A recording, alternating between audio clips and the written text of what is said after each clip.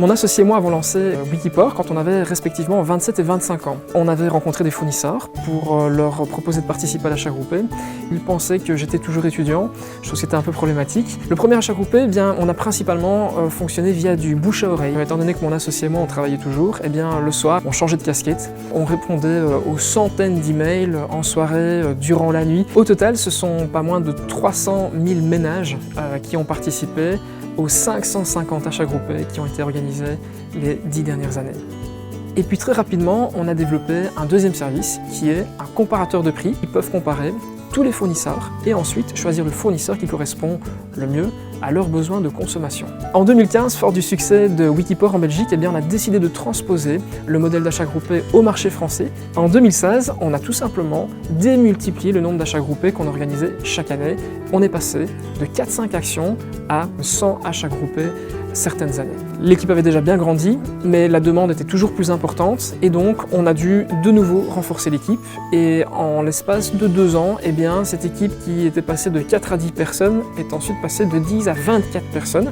En 2020, on a été nommé Gazelle national par le Trends Tendance. On était l'entreprise à avoir connu la croissance la plus importante sur les 5 dernières années et on a décidé de décliner notre comparateur de prix en énergie en comparateur de prix en télécommunications.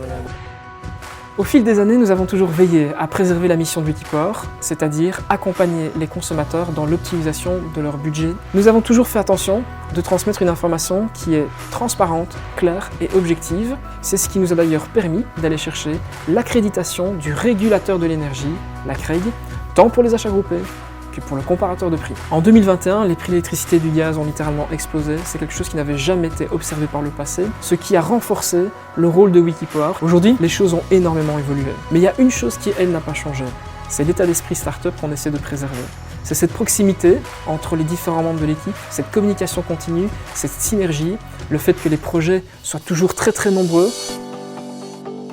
J'ai été vraiment séduit par l'esprit d'équipe, le côté dynamique, le côté agile, le fait que ce soit une entreprise jeune dans laquelle il y a une chouette dynamique d'équipe où tout le monde travaille ensemble, une structure assez flat. Chez Wikipower, on n'a pas le temps de s'embêter. Il y a tout le temps des activités pour les collègues, on a des drinks une fois par mois où on débriefe sur les résultats des différents services. On a 2 team building par an. Durant le dernier team building, on a été faire de la Via Ferrata, il y avait des grandes tyroliennes.